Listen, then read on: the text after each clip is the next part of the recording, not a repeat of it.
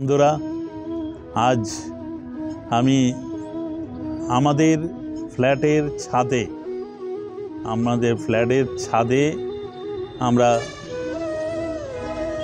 আমি এসেছি আপনাদের বন্ধুদের জন্য কিছু কবিতা নিয়ে।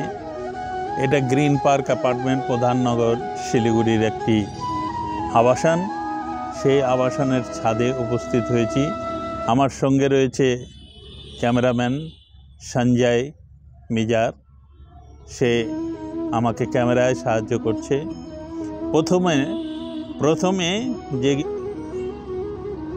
প্রথমে যে কবিতাটি করব, শঙ্খ ঘোষের লেখা, কবি শঙ্খ ঘোষ। ভিখিরি ছেলের অভিমান। বিবেকানন্দ রোড আর চিত্তরঞ্জন অ্যাভিনিউর মোড়টা পেরিয়ে এসেছে উত্তরমুখী বাস। দোতলা জানলার ধারে প্রায় সামনের দিকেই বসে আছি। উঠে এলো 9-10 বছরের একটি ছেলে।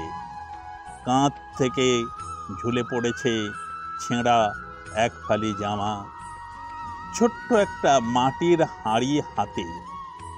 সমস্ত সিট টপকে একেবারে সামনে এসে বসে পড়ল নিচে সবার মুখোমুখি।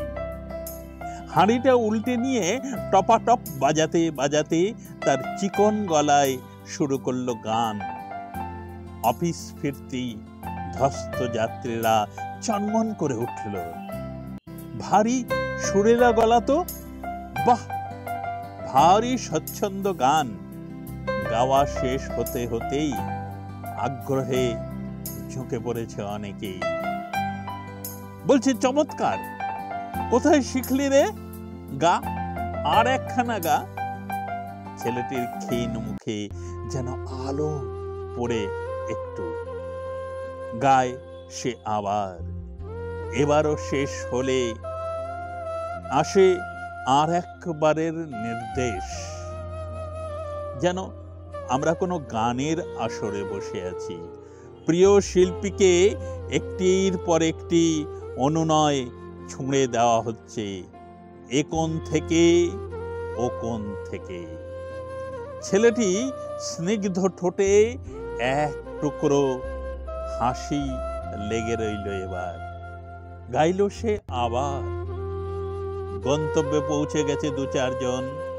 তাদের ছেড়ে যাওয়া আসন ভরে দিচ্ছেন অপেক্ষমান পিছনের যাত্রীরা। ছেলেটির গাওয়া শেষ হলো। উঠেছে সে। একবার ডাইনে একবার বাঁয়ে হাত বাড়িয়ে সে এক পা করে এগিয়ে চলেছে। সে তার পারিশ্রমিক চায় এবার। আর ঠিক তখনই ঘটতে থাকে সেই কাণ্ডটা। তারিফ করছিলেন যারা, তাদের কেউ কেউ তখন তাকিয়ে থাকে জানলা বাইরে। পথের আর ভিতরের বহু ধ্বনি প্রতিধ্বনির মধ্য দিয়ে যাকে সুর পৌঁছে দিতে হচ্ছিল 3 বার, বহু স্টপেজ গড়িয়ে এসেছে সে বান্দা অবশ্য নাছোড়। হাত বাড়িয়ে পাশে দাঁড়িয়ে কেবলই বলতে থাকে, বাবু বাবু। আর শুনতে থাকে, আর বলবেন না, ভিখিরিতে ভরে গেল দেশটা। ভিখিরি সেজে পয়সার ধান্দা। কিরে ছোকরা, ভিক্ষে করিস কেন? খেতে পারিস না? কাজ দিলে করবি, ঘরের কাজ করবি। দেখুন কেমন মটকা মেরে আছে। ঘরের কাজ করবে কি, ওসব এদের বলবেন না। ওদের বেশিরভাগই চোর বাটপার, ভুলেও ঘরে ঢোকাবেন না। বাস চলবার তালে তালে তুলতে থাকে কথাগুলো। ছেলেটা এক পা করে এগোতে থাকে। একবার ডাইনে তাকায়, একবার বাঁয়ে তাকায়। চোখ দুটো পাল্টে যেতে থাকে। গুটিয়ে নেয় হাত দুটো। সিঁড়িতে পা দেবার মুখে পিছন ফিরে তাকিয়ে আলতো স্বরে বলে, আর গান গাইব না। সকলের মুখ দেখে নিয়ে নেমে যায় নিচে, শুধু রেখে যায় তার দৃষ্টি। আমার সঙ্গে কদিন ধরে কেবলই ঘুরতে থাকে সেই দৃষ্টি, আর সেই অসহায় প্রতিবাদে নেমে যাওয়া। আগে বলবেন গারে খোকা, পরে বলবেন মাফ করো। সামনে থেকে যা সরে যা, চলার পথটি সাফ করো। গাবো না আমি গান। আগে বলবেন গতরে খাটো, পরে মারবেন লাথি। আগে কথার ধুল ওড়াবেন, পরে দাঁত কপাটি। গাবো না তাই গান। বেশ করেছি ভেক ধরেছি, বাঁচিয়ে রাখি জান। দূরের থেকে দেখি সবার দরদ ভরা টান। গাবো না আর গান আমি, গাবো না আর গান, গাবো না আর গান। আগামী 26শে আগস্ট আমার পরম পূজ্য গুরুদেব শ্রী অচ্যুত চেতন ব্রহ্মচারী মহারাজের আবির্ভাব তিথি। সেদিন জন্মাষ্টমীও, শ্রীকৃষ্ণের পূজা সকলে করবেন। আমিও করব গুরুদেবের কাছে গিয়ে কলকাতায় সল্টলেকে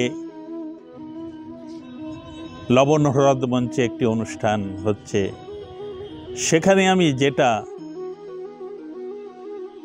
পরিবেশন করতে যাচ্ছি তারই একটি সংগৃহীত লেখা বাস্তবের সংস্পর্শে পাঠ করে শোনাচ্ছি।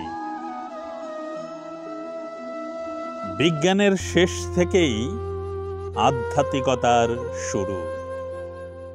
আমাদের জীবনে চলার পথে এমন কিছু ঘটনার সম্মুখীন আমাদের হতে হয়, সেখানে আমরা বুঝি, উপলব্ধি করি যে বিজ্ঞানের যুগ বা বদলে যাওয়া সময় আমাদের এই আধার দেহ দেহুলে জ্ঞানের প্রদীপ প্রজ্বলিত করতে কখনোই পারে না, যতক্ষণ পর্যন্ত না আমাদের সেই পরম শক্তির সাথে, আনন্দ স্বরূপের সাথে যোগাযোগ না ঘটছে।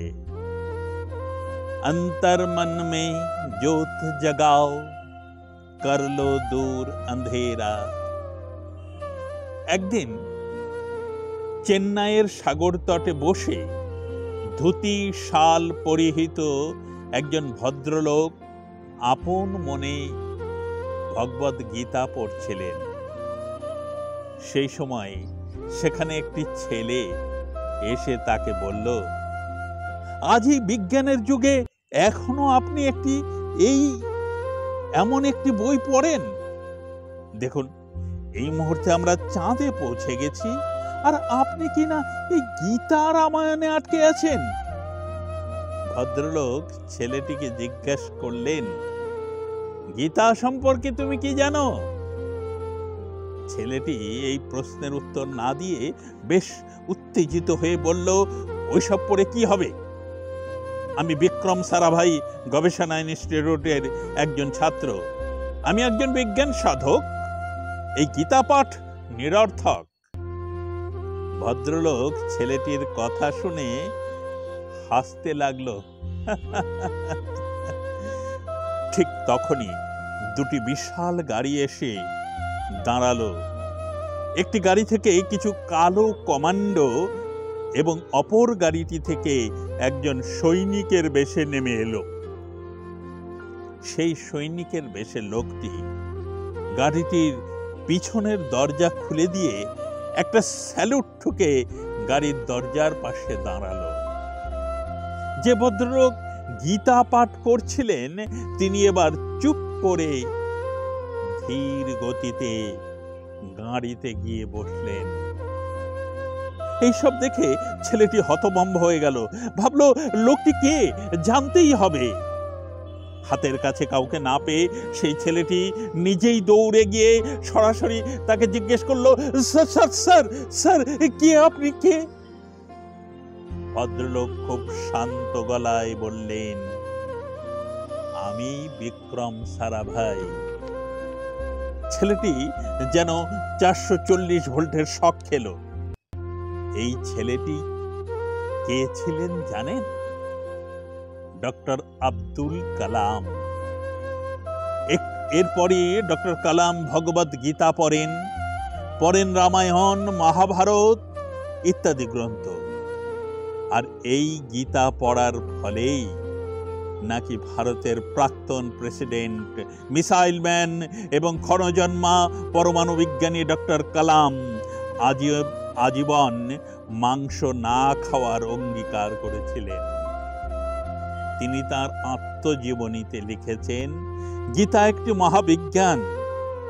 গীতা, রামায়ণ, মহাভারত ভারতীয়দের নিজস্ব সাংস্কৃতিক ঐতিহ্যের একটি মহান, গর্বিত এবং ঐতিহ্যবাহী সাধনার বাহক।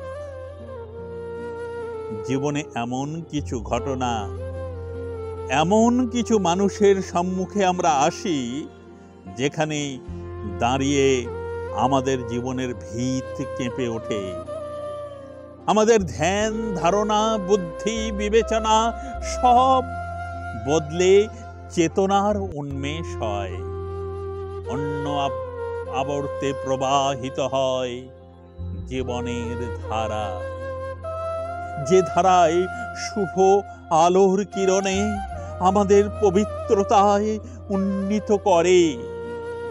মানুষ দেবত্বে আসীন হয়, যার দ্বারা এক ইতিহাস রচিত হয়। দৃষ্টান্ত স্বরূপ হয়ে অমর হয়ে যায় সেই মানুষটি। একচিত্ত মানুষ চাই, সাধন করে যেতে হবে আজীবন এই একচিত্ত মানুষ হবার।